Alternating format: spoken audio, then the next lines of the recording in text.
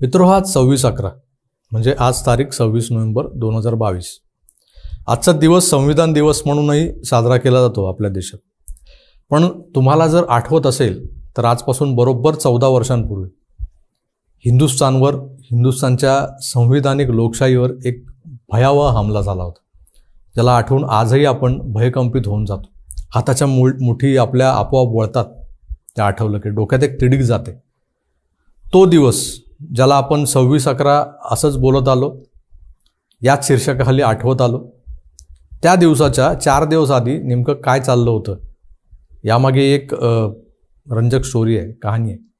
ते 4 दिवस 26/11चा भयानक आघात हिंदुस्थानवर करण्याआधीचे 4 दिवस हे त्या 10 पाकिस्तानी दहशतवाद्यांनी कसं घालवले होते. नेमकं काय घडलं होतं 22 नोव्हेंबर 2008 ते 26 नोव्हेंबर 2008 या 4 दिवसांमध्ये, हेच आपण आज स्टोरी टेलर प्रभाकरच्या या विशेष भागात जाणून घेणार आहोत. नमस्कार मंडळी, तुम्ही पाहतात DG9 नेटवर्कचं सहयोगी YouTube channel storyteller Prabhakar आणि मीच तो स्टोरी टेलर प्रभाकर. तुम्हाला जर आठवत असेल तर 26/11च्या हल्ल्यानंतर जो तपास सुरू झाला त्यात मुंबई पोलिसांना, मुंबई इथल्या ATS महाराष्ट्र ATSला कुलाब्याच्या बधवार पार्क या मच्छीमारांच्या वस्तीलगतच्या खाडीत एक ट्यूब बोट सापडली होती, रबरी ट्यूब बोट, जिच्यात बसून हे 10 अतिरेकी किनाऱ्याला लागले होते. पण त्यांना पाकिस्तानातून भारतात आणणारी मोठी नौका अद्याप खोल समुद्रात जवळपास 4 सागरी मैल समुद्रामध्ये आत हेलकावे खात बेवारस पडली होती. या नौकेचं नाव होतं MV कुबेर. यातला M म्हणजे मसानी, V म्हणजे विनोदभाई, कुबेर हे त्या जहाजाला ठेवलेलं नाव होतं. तर विनोद मसानी हा त्या 15 फूट उंच आणि 52 फूट लांबीच्या मच्छीमार जहाजाचा मालक होता. हे जहाज अजमल कसाब आणि त्याच्या सहकाऱ्यांनी भर समुद्रात हायजॅक केल्याच्या स्टोऱ्या आपण ऐकलेल्या आहेत. पण तसं काही घडलेलं नव्हतं. भारतावर हल्ला करायला निघालेले हे लोक एवढे अल्ला भरोसे निघालेले नसणार की चला वाटेत कुठलं तरी मासेमारी करणारं जहाज मिळेल, ते आपण हायजॅक करू आणि त्यांना विचारू, तुमको बंबई का रास्ता मालूम है क्या, हमको जरा वहाँ तक छोड़ के आओ. साला 26/11चा तपास नेमका कोणत्या शहाण्यानं केला होता याचंच मला कधीतरी आश्चर्य वाटतं. पण या सगळ्या थोतांडाला चुकीचं ठरवणारा तपास आपल्या IBने केलेला आहे, जो RVS मणी यांच्या भगवा दहशतवाद या पुस्तकातल्या 26/11च्या चॅप्टरमध्ये काही भागांमध्ये त्या प्रसंगाचं वर्णन करताना आपसुकच बाहेर आलेलं आहे. मित्रांनो, MV कुबेर या जहाजाचं या सगळ्या कांडात फार मोठं योगदान आहे आणि त्यामुळे त्याचं महत्त्वही तेवढंच आहे या सगळ्या मॅटरमध्ये. पाकिस्तानी लष्कर, ISI, लष्कर-ए-तोयबा यांनी मिळून केलेला हल्ला इतका शार्प आणि सुनियोजित होता की मी जसं मागे एका एपिसोडमध्ये तुम्हाला सांगितलं होतं की गृह मंत्रालयाच्या मुख्य सचिवांसह महत्त्वाचे 4 अधिकारी जे देशावरच्या आणीबाणीच्या प्रसंगात निर्णय घ्यायला जबाबदार असतात, त्यांना नेमकं 2 दिवस आधीच पाकिस्तानात एका शिष्टमंडळ बैठकीसाठी बोलवून नेमक्या 26 तारखेला मदिरा आणि मदिराक्षीच्या विळख्यात कसं अडकवून ठेवलं गेलं होतं. RVS मणी जे दिल्लीत होते त्यांचंही संध्याकाळी अपहरण करून नंतर त्यांच्या बदल्यात आपल्या हल्लेखोरांना सोडवता येईल का याचीही तजवीज करून ठेवणारे हे जे काही पाकिस्तानी होते, मी मगाशी जसं म्हणालो की अल्ला भरोसे समुद्रात शिरतील का? नाही, अजिबात नाही. MV कुबेर ही 20 तारखेपासून बेपत्ता होती. त्यावर एकूण 5 खलासी होते. या बोटीला पाकिस्तानी तटरक्षक दलानं आधीच हायजॅक करून कराची जवळच्या समुद्रात नेऊन तिथे नांगरून ठेवलं होतं. तिथं अल हुसेनी नावाचं लष्कर-ए-तोयबाच्या हस्तकाचं एक भलं मोठं जहाज उभं असायचं कराची जवळच्या समुद्रात. हे अल हुसेनी म्हणजे पाकिस्तानी दहशतवादाचं समुद्री केंद्रच होतं. लष्कर-ए-तोयबाचा प्रमुख कमांडर झकी-उर-रहमान लखवी याच्या मालकीचं हे जहाज. मोठमोठे खतरनाक दहशतवादी या जहाजावर पाहुणचार जोडायला पडीक असायचे. तर खाऊन पिऊन माजल्यानंतर यांना छोट्या छोट्या जहाजांच्या मदतीनं भारताच्या समुद्री हद्दीत सोडलं जायचं. अनेक जण याच मार्गानं भारतात, विशेषतः मुंबईत घुसलेले आहेत. याही वेळेस हाच प्लान होता. MV कुबेरला 1 दिवस आधी एक एक्स्ट्रा मोटर जोडली गेली होती, तयारी सुरू होती. यामा कंपनीची मोटर, जिचा चॅसी नंबर जो होता तो खरवडला गेला होता, पण तो नंबर आपल्या सुरक्षा यंत्रणांनी रिकवर केल्यानंतर नंबर होता 67 CL 102015. ही मोटार लाहोरच्या एका पाकिस्तानी डीलरने इम्पोर्ट केली होती जपानहून. याचा अर्थ पाकिस्तानच्या सहभागाचा कुठलाही पुरावा सापडू नये म्हणून MV कुबेरवर बरीच आधीपासून तयारी सुरू होती. म्हणजे मोटार बदलली, तिचा चॅसिस नंबर खोडला, पण तो सरतेशेवटी IBला सापडला. 22 नोव्हेंबरला हे 10 कुर्बानीचे बकरे सकाळी 8 वाजता कराची बंदरातून अल हुसैनीकडे रवाना झाले. सुमारे 40 मिनिटं समुद्रात खोलवर प्रवास केल्यानंतर ते या जहाजावर पोचले. शेजारीच MV कुबेर उभी होती. कुबेरवरच्या 5 पैकी 4 अल हुसैनीवर आणलं गेलं. त्यांना या 10 जणांशी बोलायला दिलं. भारतीय हद्दीत नेमकं कसं बोलतात, हिंदी, गुजराती, कच्छी कुठल्या भाषेत बोलायचं, भारतीय तटरक्षक दलाला कसं गुंगवायचं, त्यांना काय उत्तरं द्यायची, हे सगळं समजून घ्यावं असं त्या इंटरॅक्शनचा मूळ इरादा होता. नंतर या 4 तिथेच ठार करून संपवलं. एक जो त्या कुबेरवर शिल्लक होता त्याचं नाव होतं अमरसिंग सोलंकी, जो ते जहाज चालवायचा, खलाशी होता. 22 नोव्हेंबरचा दिवस या 10 जणांनी अल हुसैनीवर पाहुणचार घेतला आणि दुसऱ्या दिवशी 23 तारखेला दुपारी 3 वाजता ते MV कुबेरवर चढले. त्यांना प्रत्येकाला एक बंद बॅग दिली गेली होती. त्यात AK-56 रायफल, दारूगोळा, हातबॉम्ब, 9mm पिस्टल, RDXपेक्षाही भयानक अशी स्फोटकं ज्यात डिटोनेटर्स वगैरे जोडलेले होते, रिमोट जोडलेले होते, सगळं कसं विध्वंसासाठी तयार केलेलं असं सामान ते घेऊन 10 यमदूत हिंदुस्थानच्या दिशेने निघाले. त्यांच्यासोबत जहाजावर खाणं पिणं होतं, कपडे होते, साबण, तेल, डिझेलने भरलेलं एक पिंप होतं आणि फर्स्ट एड किटची एक पेटीसुद्धा होती. यातल्या बहुतेक सामानांवर मेड इन पाकिस्तानचे शिक्के होते. या 10 जणांच्या बॅगेत पुढच्या प्रवासात खायला काय होतं तर ड्रायफ्रूट्स भरून दिले होते, पिस्ता, बदाम, खारीक. एक सॅटेलाईट फोनही होता या जहाजावर. बाकी 10 जणांना 2-2च्या 5 टीममध्ये विभागलं असल्यानं त्या प्रत्येक टीमच्या मोरक्याकडे एक मोबाईल आणि एक सॅटेलाईट फोन होता. MV कुबेर ही 26/11ला दुपारी 4 वाजता मुंबईच्या जवळ म्हणजे तब्बल 4 सागरी मैल अंतरावर येऊन पोचली. त्यानंतर ज्याने 2 दिवस 2 रात्र न झोपता या लोकांना भारताच्या सागरी हद्दीत आत आणून सोडलं, त्या अमरसिंग सोलंकीचा गळा चिरला, त्याला ठार केलं गेलं. कुबेरवरचे खलाशी 4 कराचीजवळ मारले गेले आणि 5वा इकडे मुंबईजवळ.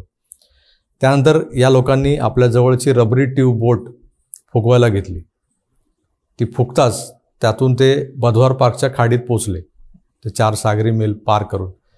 त्यांच्याकडे GPS वगैरे सगळं होतं, हे आपण मान्य केलं तरी नेमकं कुठं जायचंय, अगदी कुठल्या गल्लीत घुसायचं आणि ते कुठून बाहेर पडायचंय हे GPS थोडीच त्यांना सांगत असणार. एवढं GPS ॲक्युरेट होतं का 2008 साली? ज्या पद्धतीनं त्यांचा कराची ते मुंबई प्रवास हा लष्कर-ए-तोयबाच्या गायडन्सने सुखरूप झाला, तो अमरसिंग सोलंकी होता ज्याला सगळा हा रूट माहिती होता, तसाच तो मुंबई जवळून बधवार पार्क ते तिथून पुढे लिओपोल्ड कॅफे, CST, ट्रायडेंट या ठिकाणी कसा झाला असेल? त्यांना इथं नेमकं कोण गाईड करत होतं? त्यांचा सॅटेलाईट फोन जर इंटरसेप्ट केला गेला होता तर बधवार पार्क कप परेड ते पुढचा त्यांचा प्रवास नेमका कसा झाला याचा मागोवा का घेतला नाही? त्या दरम्यान ते कोणाशी बोललेत का? जर बोलले असतील तर ते नंबर डिस्क्लोज का केले गेले नाहीत? ते नंबर आणि ते लोकेशन जर भारतातले असतील तर ते कोणाचे होते? तर यावर अद्याप कोणीच कसं बोलत नाही. तर मुंबई जवळ आल्यानंतर पुढचे 4 सागरी मैल 1.5 तासात पार करून हे लोक बधवार पार्कला पोहोचले. रबरी बोट खोल पाण्यातच सोडून ते पोहत किनाऱ्याला आले असं रिपोर्टमध्ये लिहिले. पण मला सांगा, हे 10 लोक पाण्यात पोहून किनाऱ्याला आले म्हणजे चिंब भिजले असणार, त्यांच्या खांद्यावरच्या बॅगा, त्यांचं सामान भिजलं असणार. त्या अवतारात जर हे लोक बधवार पार्क कोळीवाड्यातून बाहेर पडत असतील तर ते तिथल्या कुठल्याच सामान्य कोळी बांधवाला दिसले कसे नाहीत? सगळ्या घटनाक्रमात मला खटकलेला हा पार्ट आहे, कारण मी स्वतः बधवार पार्कला अनेकदा गेलेलो आहे.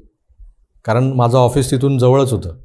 मी स्वतः मला पडलेल्या या प्रश्नाचं उत्तर शोधायला कप परेडच्या मेन रोडवरून आत कोळीवाड्यात शिरून थेट खाडीजवळ जाऊन संध्याकाळच्या वातावरणातले खाडीवर जे नांगरलेले ज्या मच्छीमारांच्या होड्या होत्या त्यांचे फोटो काढायचो तिथे जाऊन.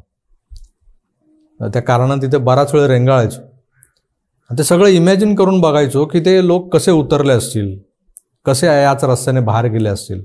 तर गंमत म्हणजे माझ्यासारख्या इनशर्ट केलेल्या, खांद्याला बॅग लटकवलेल्या एका ऑफिस गोअर दिसणाऱ्या माणसाकडं इथले बरेच लोक कुतूहलानं बघायचे, कोण हा बाबा, असा भाव त्यांच्या चेहऱ्यावर असायचा.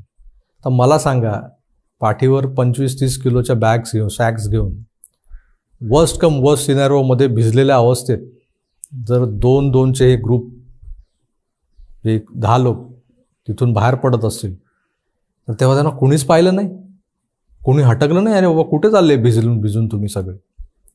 मला हे हजमच होत नाही आहे. मग ते बधवार पार्क ते कप परेड मेन रोड हे अंतर पार करून गेले कसे? त्यांना कॅमोफ्लॅज करून लपवून बाहेर काढले गेले का? त्याशिवाय हे शक्य नाही.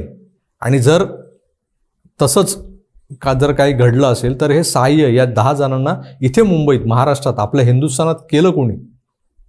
मित्रांनो बघा, मी सुरुवात केली होती MV कुबेर जहाजाची स्टोरी सांगायला, आणि जसं जसं हे जहाज कराचीहून मुंबईकडे सरकत गेलं तसं जसं माझा फोकसही त्या कुबेरवरून हटला आणि परत त्याच प्रश्नावर येऊन ठेपला. मित्रांनो, 14 वर्षापूर्वी आजच्याच दिवशी हे 10 यमदूत पाकिस्तानातून भारतात आले. समुद्रातून बाहेर पडताना आधी ठरल्याप्रमाणे त्यांनी 2-2चे गट केले. टॅक्सी पकडून पुढे ते लिओपोल्ड कॅफे, CST, कामा हॉस्पिटल, ट्रायडेंट हॉटेल, ताज, मेट्रो सिनेमा, छाबड हाऊस ते नरिमन हाऊस या ठिकाणी पोहोचले.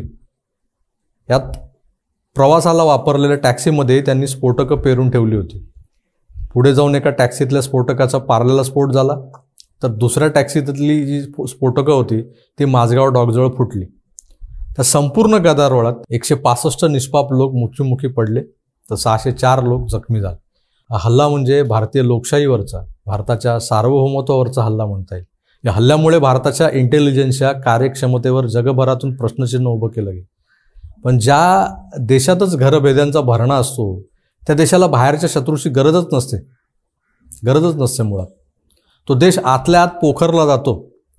MV कुबेर ही पोरबंदरच्या विरोध मसानी यांची बोट भर समुद्रात हरवते. तिचा माग कोणी काढला का? ती बोट परत 8 दिवसांनी भारताच्या समुद्री हद्दीत शिरली तेव्हा ती कोणालाच कशी दिसली नाही? तिला हटकलं का नाही? असे बरेच प्रश्न 26/11 घडून गेल्यानंतरही कायम आहेत. त्याची उत्तरं कधीतरी मिळतील की मिळणारच नाहीत. हे सगळं आठवलं आणि त्यावर विचार केला की मनात येतं, त्या दिवशी हकनाक बळी पडलेल्या त्या निष्पाप जीवांच्या आत्म्यांना खरंच चिरशांती लाभली असेल का? नसेल तर ती कधी लाभणार, कधी मिळणार?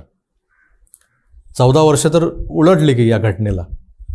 आता प्रभू रामाचा वनवासही 14 वर्षांनंतर संपला होता. हा गुंता कधी सुटणार? त्या 10 जणांपैकी जिवंत पकडलेल्या अजमल कसाबला जोवर फाशी दिली जात नव्हती ना, तोवर आपण 26/11 दरवर्षी नाक्यावर मेणबत्त्या लावून श्रद्धांजलीचे कार्यक्रम करत बोंबलत फिरत होतो. तर कसाबला फासावर लटकावला आणि आपल्या त्या वेदनेचा ठसका कमी झाला बहुतेक. हळूहळू आपण हे विसरूनही जाऊ की आपल्याच घरात घुसून त्या 10 जणांनी भारताला ललकारलं होतं. आपल्याच आप्तस्वकीयांच्या छाताडांवर चिनी बनावटीच्या गोळ्यांचा वर्षाव केला होता. मला वाटतं काही घटना अशा असतात की ज्या जगाच्या अंतापर्यंत एक रहस्य म्हणूनच राहणार आहेत. 26/11चा तपास ही सुद्धा त्यातलीच एक घटना म्हणायची का? तुम्हाला काय वाटतं हे मला जरूर कळवा. तुर्तास थांबतो, पण तुमचा निरोप घेण्यापूर्वी एक विनंती. जसं आकार डिजिनन या राजकीय विश्लेषणाच्या चॅनलवर तुम्ही भरभरून प्रेम करताय, तसंच या स्टोरी टेलरवर देखील थोडासा अनुग्रह करा. चॅनल सबस्क्राईब करा आणि त्या गोष्टींच्या पुनर्प्रत्ययाचा अनुभव घ्या ज्या गोष्टीत काहीतरी दडलंय. 2 ओळींमधला एक वेगळाच आशय दडलाय. त्या गोष्टी, त्या स्टोरीज. धन्यवाद. नमस्कार.